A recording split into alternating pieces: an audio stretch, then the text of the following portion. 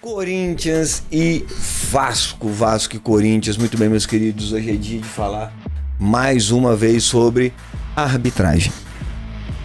Eu queria muito falar que foi um jogaço. Corinthians e Vasco fizeram um espetáculo maravilhoso. O Corinthians venceu e foi incrível.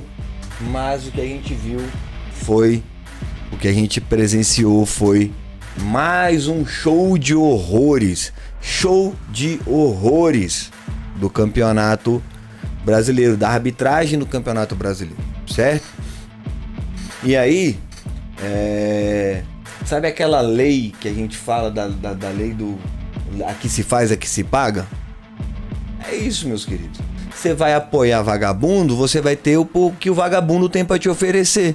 Quando você vai lá e chupa a bolinha esquerda do Edinaldo da CBF, você recebe em troca da CBF esse tipo de tratamento. É isso que você recebe de vagabundo quando você dá moral pra vagabundo. Vagabundo não vai te trazer coisa boa. Tá na Bíblia, mano. Tá na Bíblia. Mateus. No livro de Mateus, a Bíblia. Jesus falou que de uma árvore podre não tem como nascer fruto bom, só nasce fruto podre. Tá escrito na Bíblia, uma árvore boa só dá fruto bom, uma árvore podre só dá fruto podre. Isso aí tá escrito. Isso é conhecimento milenar, não precisa ser neu pra falar essa porra aí.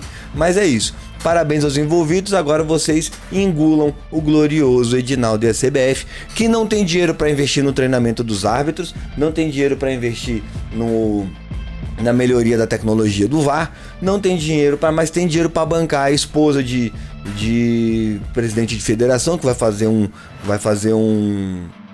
procedimento. Aí a CBF pagou a viagem de ida e de volta e a estadia de 10 dias. Para esse procedimento, vai sair a operação, o que quer que seja que essa senhora tenha sido feita.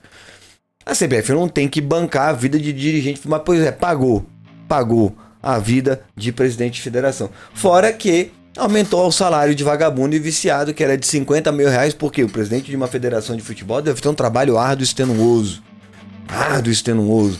Trabalha de sol a sol, domingo a domingo. De 50 mil para 215 mil reais. Sim, meus amigos, vocês ouviram isso. A CBF aumentou o salário dos presidentes de federação de 50 mil para 215 mil reais. Não me assusta ninguém querer parar para ouvir as propostas do Ronaldo. Ele não ia oferecer isso para ninguém, né? Aí me assusta os clubes ficarem calados, porque provavelmente vão receber algum tipo de benefício da sua federação local, ou seja, times de São Paulo recebem benefício da Federação de São Paulo, do Rio, da Federação do Rio e assim por diante. Então tá aí uma salva de palmas mais uma vez para a CBF. Agora vamos falar de jogo, vamos falar de Corinthians. Coringão entrou em campo com força máxima. Time titular, cara. O que tinha de melhor disposição. Matheus Donelli, Mateuzinho, André Ramalho, jogou bem de novo. Nossa, como eu quero que o André Ramalho volte a ser titular desse time, cara. Félix Torres e Bidu fez uma excelente partida. Excelente não, uma muito boa partida. Ele ainda peca muito na defesa, tem alguns lances displicentes, mas jogou muito. Félix Torres é o Félix Torres de sempre, né? Se a bola não chegar muitas vezes nele, ele faz um partidaço. Se a bola passar muitas vezes no pé dele, caos total. Depois Ranielli, outro partidaço do Ranielli, outro que é o titular absoluto. Você não pode sair do Corinthians de novo, não. Você tem que ficar no Corinthians. André Carrijo, primeiro tempo impecável, saiu cansado, teve a hombridade de falar que saiu cansado, que não estava em condições de ir atrapalhar o time. Muito bem. E Breno Bidon.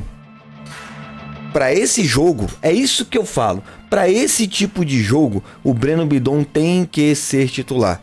O que esse moleque fez a bola rodar, não tanto no primeiro tempo, mas a partir do segundo tempo, o que esse moleque fez a bola rodar, o que ele irritou, o que ele sofreu de falta do time do Vasco, não tava escrito, cara. Bizarro que esse moleque, quando com a bola no pé, o que ele faz de bola, velho. O problema dele é sem a bola.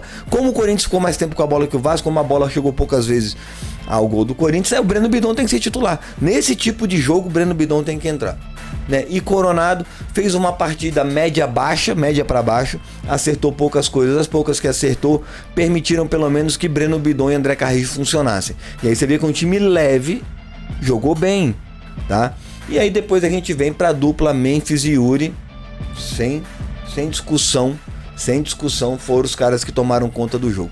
O Yuri, ele é aquele cara, ele tem lampejos dentro do jogo de craque, e depois ele dá aquelas apagadas porque a bola não chega nele. Agora o Memphis, velho, não dá, velho. Não dá. O Memphis é vadiagem.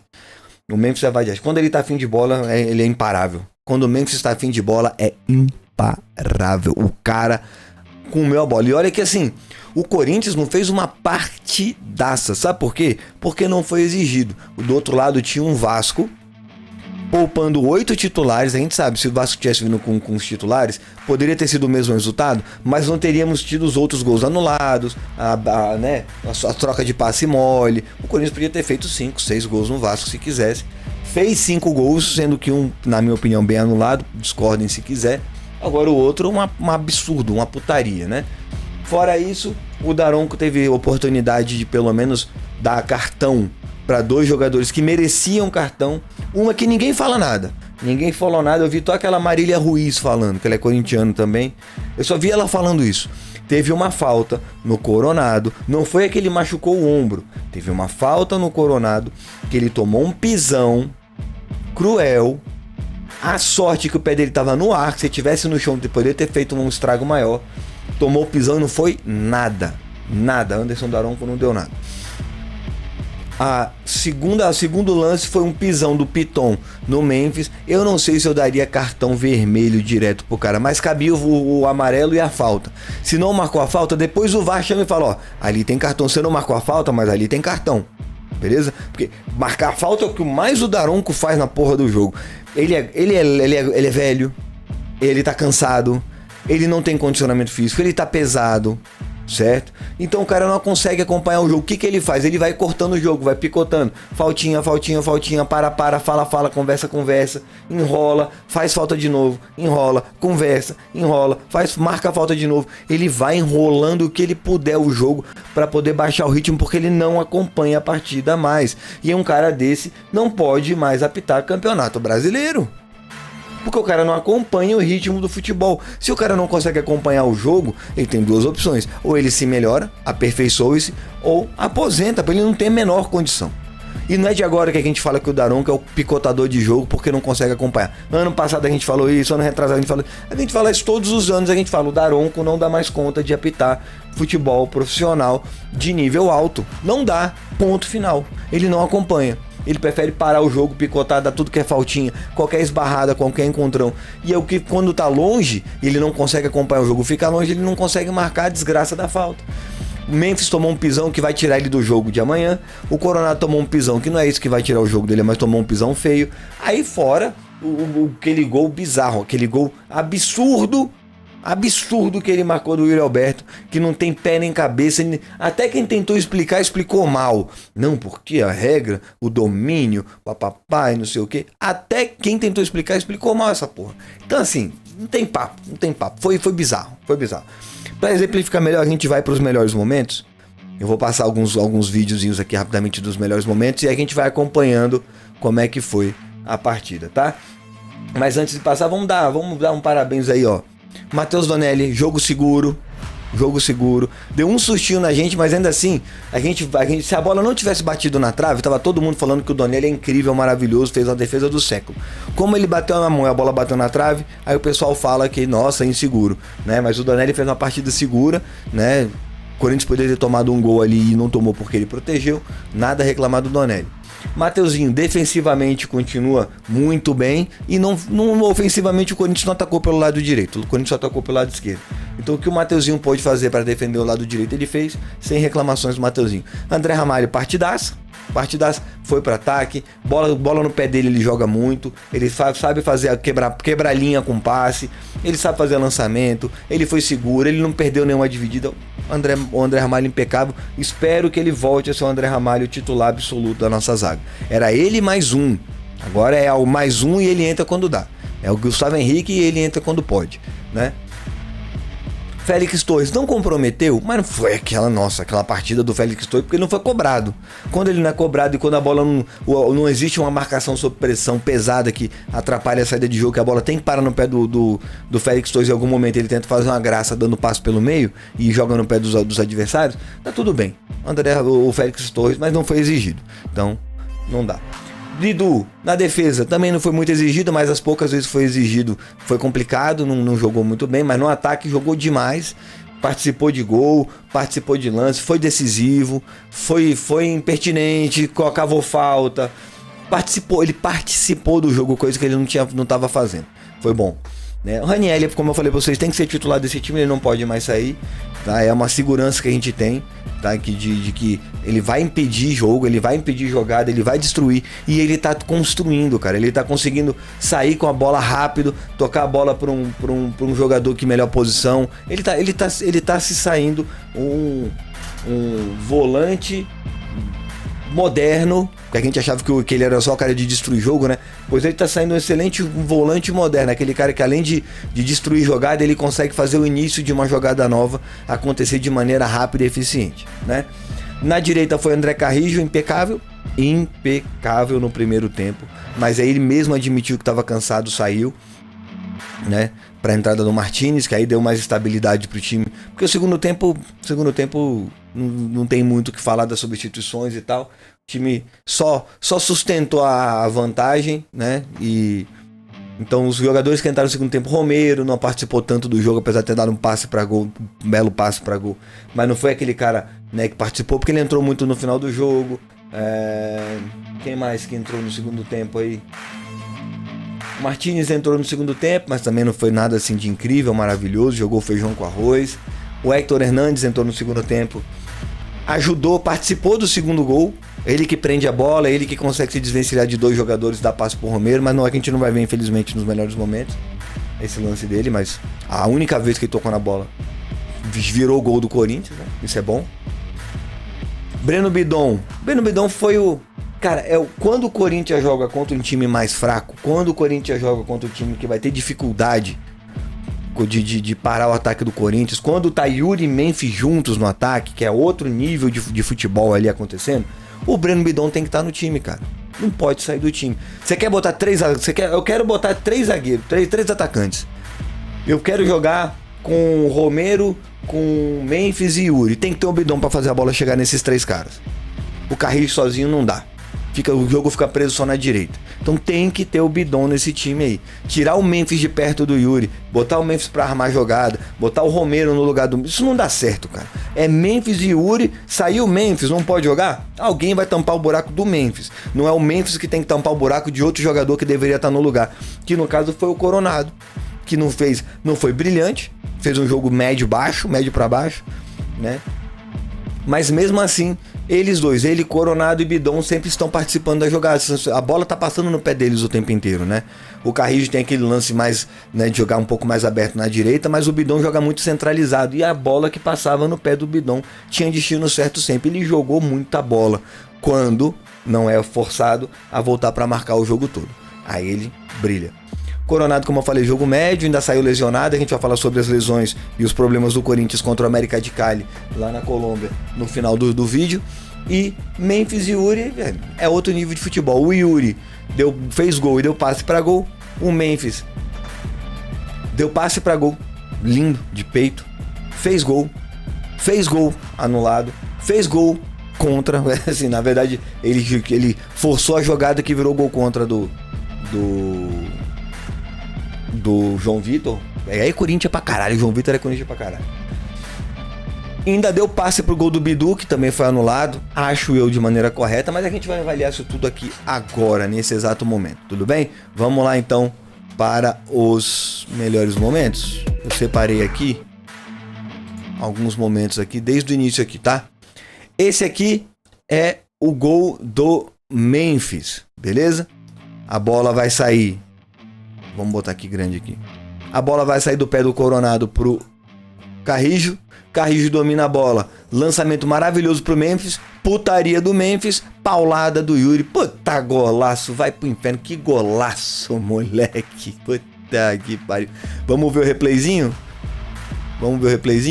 Pera. Quero ver desde o início da jogada. Aqui o passe do Memphis foi monstro. O chute do Yuri de canhota maravilhoso. Mas, pô, bola do Coronado pro Carrijo. Olha esse lance do Carrijo, velho. É um maestro, né, moleque? Toma. Tá que pariu. Golaço. Aqui não tinha o que marcar, né, Daronco? Não teve jeito. Você até podia tentar, mas não conseguiu, né? Vamos ver agora o segundo gol. Aqui é aquele famosa lance interpretativo. Se a regra fosse clara, igual é no basquete, se a bola bater no pé do jogador, independente da circunstância no basquete, para o jogo e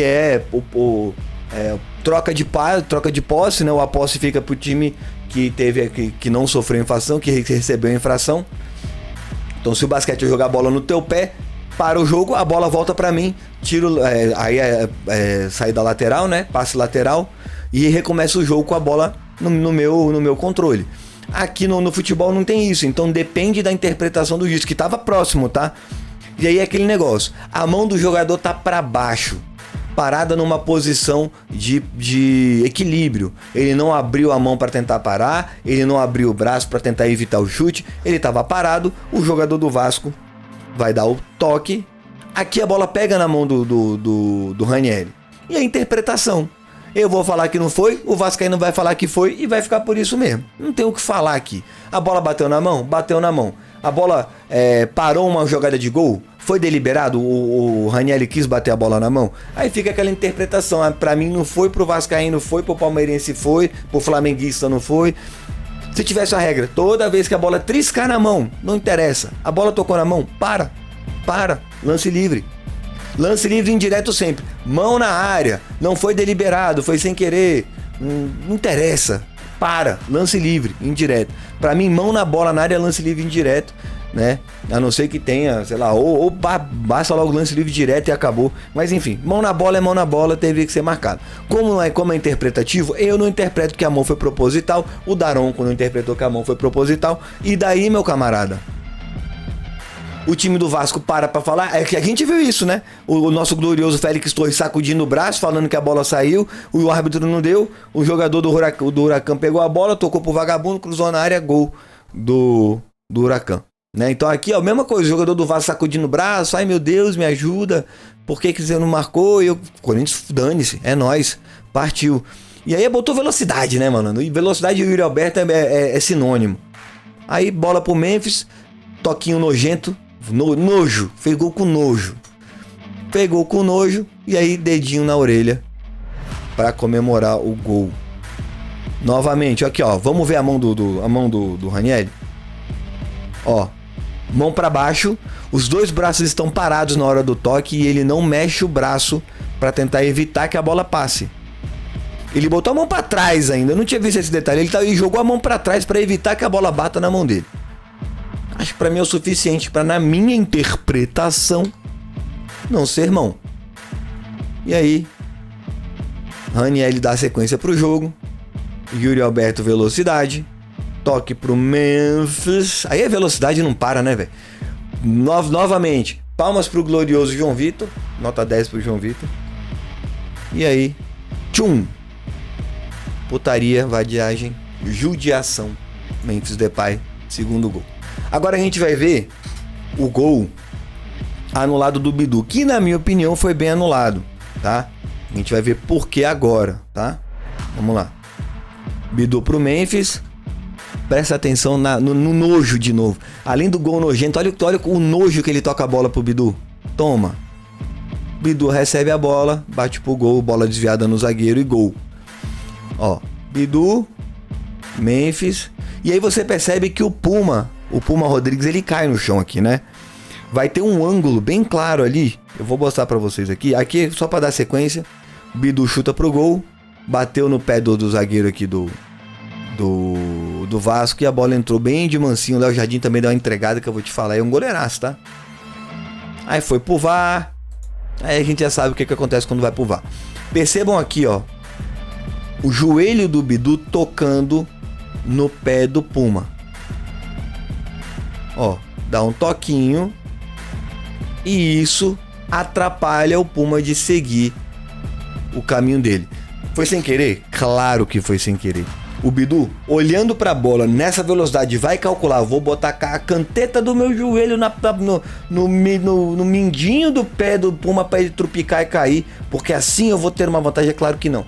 Mas eu entendo que falta sem querer é falta também. E o que o Bidu fez sem querer Foi falta no Puma. É um contato normal de jogo, isso acontece com frequência, mas quando se torna um lance capital desse, eu acho que sim, tem que parar, tem que ver e analisar, e isso foi certo. Isso aí não tá errado não, tá? Isso pra mim foi falta. Toque do Memphis, desloca o Puma e isso é falta. Falta sem querer pra mim é falta, não vou nem discutir, tá? É claro que, novamente, é algo a ser visto, revisto, revivisto 1000 vezes. Vai ter gente que vai achar que foi, vai ter gente que vai achar que, pô, mas foi sem querer, mas não atrapalhou, mas enfim, é contato de jogo. Na minha opinião, foi falta do Bidu, tá? Agora a gente vai ver o gol do Corinthians. Esse gol aqui só não ficou ofuscado, na minha opinião, pelo pênalti do Palmeiras. Esse gol aqui só ficou, esse roubo, esse assalto que fizeram o Corinthians, só ficou ofuscado pelo assalto que fizeram ao Sport no jogo Palmeiras e Sport, aquele pênalti absurdo, bizarro. É o segundo que dão uma sacaneada no Sport. Contra o São Paulo, já esculhambaram o Sport também. Não foi pênalti nunca no Luciano. Ainda bem que o Caleri errou. Mas esse aqui o Piquerez não errou. E o Palmeiras não tem nada a ver, malandro, com a história. O cara tá jogando bola, cavou o pênalti. O trouxa foi o árbitro que caiu e o VAR que é pior. Porque o árbitro ainda tem direito de errar ali. É muito rápido tudo. Você vê, tem jogador na frente ali. Atrapalha. Agora o VAR dá esse pênalti. No mínimo, o cara tem que ficar afastado até o final do ano. Porque um cara desse não tem a menor condição. Agora a gente vai ver o gol do Corinthians que foi anulado aí, tá? Tá sem áudio? Tá sem áudio pra não ficar esculacho. Ó, deixa eu dar o contexto pra vocês. O Donelli pegou uma bola lá no canto, lá do gol do Corinthians, e deu um chutão pra frente, certo? Vocês viram aqui o Memphis disputando a bola com o Piton e a bola bate no Piton, o Piton tenta dominar a bola, não consegue, a bola vem parar no Yuri aqui. Um detalhe importante, na hora que o Donelli chutou, o Yuri estava em posição de impedimento. Na hora que a bola toca no joelho do Piton, o Yuri já não tá na posição de impedimento há muito tempo. Ele já tava na frente, olha o último zagueiro aqui do Vasco aqui, ó. O Yuri já tava aqui. Na hora que o Piton toca na bola, vamos rever de novo. Pra não dizer que eu tô ficando maluco. Ó, nesse momento o Yuri tá em impedimento. O Memphis vai disputar a bola com o Piton. O Piton vai matar a bola na coxa e a bola vai sobrar pro Yuri. Tá vendo? Ficou óbvio que o cara tentou matar a bola na coxa e a bola bateu no Yuri. Que ele poderia ter dado um chutão pra frente, ele poderia ter dado, né, sei lá, uma bicuda, a bola poderia ter tentado dar uma cabeçada, não. Ele esperou a bola chegar nele e ele tentou dominar e dominou errado porque estava sendo atrapalhado pelo Memphis. Mas isso aqui é um erro de técnica do jogador que não soube dominar a bola. Não tem nada a ver com o Memphis atrapalhou e o Piton tentou fazer uma coisa que não quis. Não, tentou dominar a bola e errou. Não foi que ele tentou chutar pra frente e errou. Ele tentou dominar a bola na coxa e errou. A bola sobrou no Yuri. Deu o chapéuzinho. Observa, ó. Aqui começa uma nova jogada. Começa do zero. O impedimento não tinha sido marcado. Aí toca a bola. Olha o tanto de passe que o Corinthians trocou. Olha o tanto de passe que o Corinthians trocou até a bola chegar aqui no Memphis e o Memphis fazer o gol. O juiz marcou o impedimento do Yuri lá atrás, na outra jogada. Mano, de novo. Pelo amor de Deus. Yuri não tá impedido. Piton dominou errado, a bola sobrou pro Yuri. O Yuri deu o chapéuzinho, complementou e voltou a bola pro campo do Corinthians. Vamos lá. 1, 2, 3, 4, 5. Aqui você poderia parar, porque beleza, o passe do Bidon pro Bidu foi primordial para ter uma jogada de gol. Tá impedido? Claramente que não. Teve 5 passes antes de chegar nisso aqui. O passe do Bidu pro Memphis, o Bidu tá impedido? Não. Gol. O vagabundo marca o impedimento lá da jogada do Yuri, do Memphis dividindo a bola com o Piton que sobrou pro Yuri. Nesse momento você fala, o futebol morreu. E aí pra finalizar, ó, tá aqui, ó. Aí lembra que eu falei do Hector Hernandes? A única vez que ele tocou na bola, ele recebe a bola, ele briga, ganhou a bola de 2, passou pro Romero, que poderia estar impedido, mas foi feito a checagem no VAR, não estava impedido. Toque pro Memphis, também não estava impedido, o Memphis tá atrás do último zagueiro. Memphis força a jogada, o Léo Jardim defende, a bola bate na cabeça do corintianíssimo João Vitor. Gol do Corinthians. Novamente Memphis invadiu, a bola bateu na cabeça do João Vitor, e aí não dá pra falar que o João Vitor teve culpa, pelo amor de Deus, né? Não, culpa nenhuma. O cara tá caindo, trupicando, todo troncho, o goleiro defendeu, espalmou a bola pra frente no susto, a bola voltou nele, gol. É coringão, não quero nem saber, tá? É isso. E nós temos o Corinthians, que já viajou pra Colômbia, já está a caminho da Colômbia, já não chegou na Colômbia, tá? E o Corinthians está indo cheio de desfalques. E é um jogo importante, porque se o Corinthians não sai com um empate da Colômbia, a gente tá lascado, malandro. A gente tá lascado na Sul-Americana para conseguir levar essa Sul-Americana aí para avançar para a fase de grupo, nem que seja para a fase de playoff, vai ser muito difícil. Eu vou passar a lista dos lesionados e o time que eu acredito que o Corinthians vai jogar contra o América de Cali, que é um time xarope, tá? Eu acho mais xarope que o Huracan, mas enfim, vamos lá. Pelo menos pelo histórico, né? A América de Cali tem um histórico muito maior de Libertadores e de Sul-Americana e de jogos internacionais do que o Huracan tem. Mas vamos lá. No gol, nós temos o desfalque do Hugo Souza, ainda não vai. Na zaga, Gustavo Henrique, também não vai. Na lateral esquerda, nós temos o desfalque do Angileri, ainda não está 100% pronto para a partida. No meio de campo, a gente tem Igor Coronado, ele tomou uma trombada no ombro.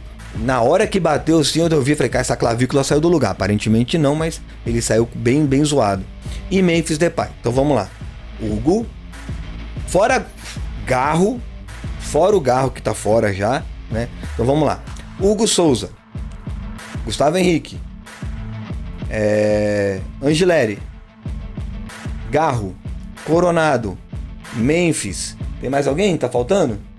Com 6, metade do time não vai pro jogo.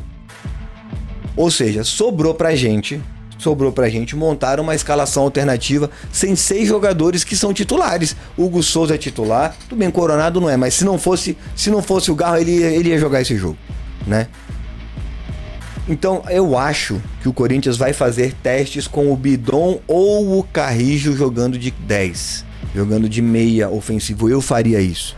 E eu ainda dou preferência pelo Bidon, tá? A gente analisa qual que é o lado dos caras que é mais chato de marcar, bota o Martínez nesse lado e o Carrijo do outro lado, onde talvez seja um pouco mais fácil de controlar. Eu iria, e aí você bota o Ranieri para dar um suporte maior pro Carrijo, né? E aí fica o lateral, que vai ser o Bidu ou que vai ser o Mateuzinho, dando apoio pro Martínez no outro, já que um lado é mais difícil que marcar pro outro. Mas eu acho que o Corinthians vai a campo hoje, tá? Porque a política do Corinthians é: não vamos poupar ninguém que não precise ser poupado. Se o cara tá machucado, tá com dor, tá lesionado, ele não vai pro campo. Se o cara tá zerado, tá inteiro, tá funcional, ele vai pro jogo. Tem que ir. Eu sou a favor dessa parada de time titular sempre. Não gosto que poupe o jogador, não. Acho péssimo. A não ser que seja uma final, que daqui a 3 dias tem uma final histórica que o time tem que participar. Não tem que poupar, é força máxima sempre. Isso gera entrosamento, isso faz com que o time jogue melhor, se entenda melhor, para não ficar jogador perdido no meio do campo. Eu sou a favor assim, a não ser que tem uma coisa muito importante daqui a 3 dias. Então vamos lá. Donelli no gol, Mateuzinho, André Ramalho, Félix Torres, Matheus Bidu. Essa é a zaga que vai ser titular do Corinthians. Eu, como montaria, depois eu vou falar o que eu acho que o Ramon vai fazer. Eu montaria o time do Corinthians com Ranieri, Martínez ou Carrijo ou Martínez, depende daquele lance que eu falei da lateral, e Bidon. Deixaria o Bidon como esse meio de ligação ali, esse meia ofensivo que quando recebe a bola consegue levantar a cabeça e fazer passes, né, fazer o time jogar. E eu iria de Thales e Yuri. Já falei pra vocês que apesar de eu gostar do Romero, eu prefiro o Romero fazendo a função do Yuri do que o Romero fazendo a função do Memphis. Eu prefiro o Romero empurrando a bola pra dentro do gol, que ele se posiciona muito melhor que o Yuri, muito melhor que Thales. Ele, sabe, o posicionamento dele dentro da área é absurdo. Então bota um jogador pra ajudar na armação e bota um cara só pra empurrar a bola pro Yuri fazer gol. E eu acho que o Thales de segundo atacante, jogando um pouco mais centralizado, dando toque de primeira, fazendo a bola rodar rápido, melhor do que o Romero nesse aspecto. Às vezes eu acho que o Romero prende a bola desnecessariamente, mas o Romero dentro da área é chato. Mas eu iria assim. Como é que eu acho que o Ramon Dias vai jogar esse jogo? Vamos lá. A zaga é a mesma que eu falei. Tira o Bidon e fica só Martínez e Carrijo. E aí vai ser Romero, Yuri e Thales. E aí a gente sabe, quando o Romero vai pra ponta direita, o troço não rende. Quando o Thales fica isolado na ponta esquerda, o troço não rende. Quando o Yuri fica amarrado no meio dos zagueiros, o troço não rende. Eu prefiro ter mais jogador no meio de campo, até porque o Corinthians joga melhor quando marca no meio de campo. Porque eu já falei 1000 vezes isso aqui, parece que cada vez que eu falo isso, fica mais comprovado que essa minha ideia do que eu vejo do Ramon Dias tem a ver com que todos os outros caras já falam do Ramon Dias há 1000 anos. O Ramon Dias é um técnico que arma o time para roubar a bola no próprio campo e sair em velocidade num contra-ataque, independente do time que ele joga contra. Quando o Ramon precisa propor o jogo, dá merda, o Ramon não sabe. Ele vai ficando nervoso, agoniado e vai socando o atacante no time, vai tirando o meio e soca atacante, tira o meio e soca atacante. É isso que ele faz no jogo, na formação, nos jogos do Corinthians, quando o Corinthians tem que propor o jogo. Quando o Corinthians deixa qualquer time, podia ser o Huracan, podia ser qualquer time, que o Corinthians tente roubar a bola no próprio campo e saia em velocidade, a tendência natural é que o Corinthians faça melhor proveito dos seus jogadores. E aí quando o Corinthians joga com pontas, um centroavante, a bola não chega rápido nos caras, porque o meio de campo do Corinthians nunca tá povoado o suficiente, os caras, de repente, por características, não tá povoado o suficiente para roubar a bola dos caras e sair em velocidade rápido. Quando tem 3, a gente precisa de um cara a mais para fazer isso. E aí a gente precisa dos 2 atacantes se mexendo, porque o Corinthians tem várias vezes que o Corinthians consegue deixar atacante mano a mano com o zagueiro. Por várias vezes o Yuri Alberto fica aberto numa ponta, o Memphis fica andando na outra, de repente roubam a bola, lança pro Memphis ou lança pro Yuri, tá aí o gol. Ranieri roubou a bola, toca rápido pro Yuri, Yuri parte em velocidade, toca pro Memphis e é gol.